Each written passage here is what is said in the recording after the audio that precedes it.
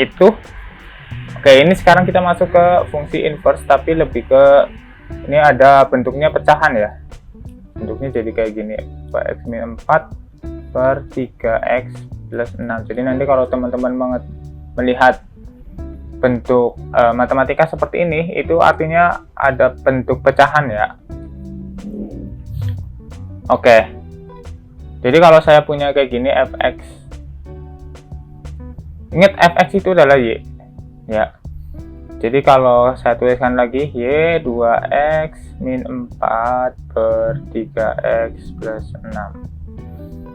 Nah, kalau kita ingin mencari tahu fungsi inverse, yaitu kita cari tahu agar x-nya itu sendirian.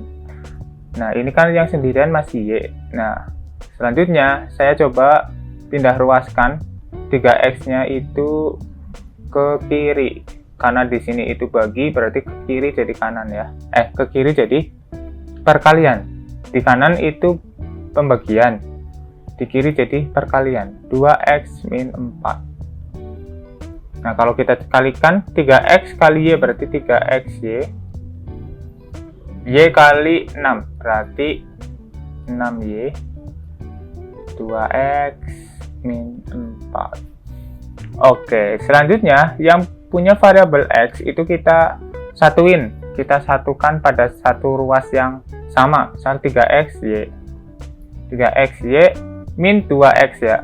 Ini 2x nya saya pindah ke ruas ke kiri, berarti min 6y ya, min 6y min 4. Oke, kemudian saya ini kan karena ada 2x ya, masing-masing variabel ini itu ada x-nya. Jadi saya keluarkan x-nya jadi kayak gini. X 3y min 2. Oke, terus min 6y min 4. Dapat deh x-nya sendirian nih sekarang. 6y min 4. Ini kan perkalian, bentuk perkalian. Kita pindah ruaskan lagi jadi 3y min 2. Oke, jadi ini nih sebenarnya fungsi inverse-nya. Tapi ini belum jadi jawaban tetap nih, karena yang kita mau itu bentuk variabelnya bukan y ya.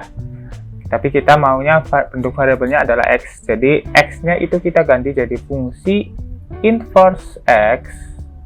Kemudian variabel y yang ada di sini itu kita ganti jadi x. Jadi min 6x min 4 per 3x min 2. Nah, inilah fungsi inverse yang ditemukan. Betul.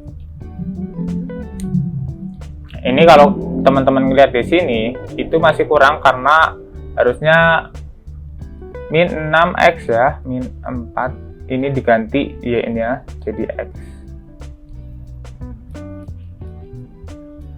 Oke. Nah, ini adalah contoh soal inverse yang bisa teman-teman kerjakan. Sebenarnya ini masih mudah sih. Teman-teman bisa kerjakan aja.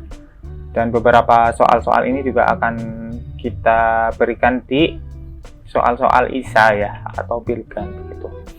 Nah, referensi dari materi-materi kalkulus itu saya ambil dari buku Thomas Kalkulus. Teman-teman bisa cari aja di Google, ini open source ya. Karena banyak banget mata kuliah matematika itu source-nya dari sini gitu, dari buku Thomas. Kalau teman-teman suka dengan matematika, di buku Thomas ini juga banyak banget soal-soal yang advance, bahkan inverse yang berhubungan dengan aplikasi yang advance gitu. Itu saja dari saya untuk pertemuan kali ini, pertemuan ke-6 membahas tentang fungsi komposisi dan fungsi inverse ya. Silakan dikerjakan soal-soalnya. Terima kasih, sampai ketemu lagi.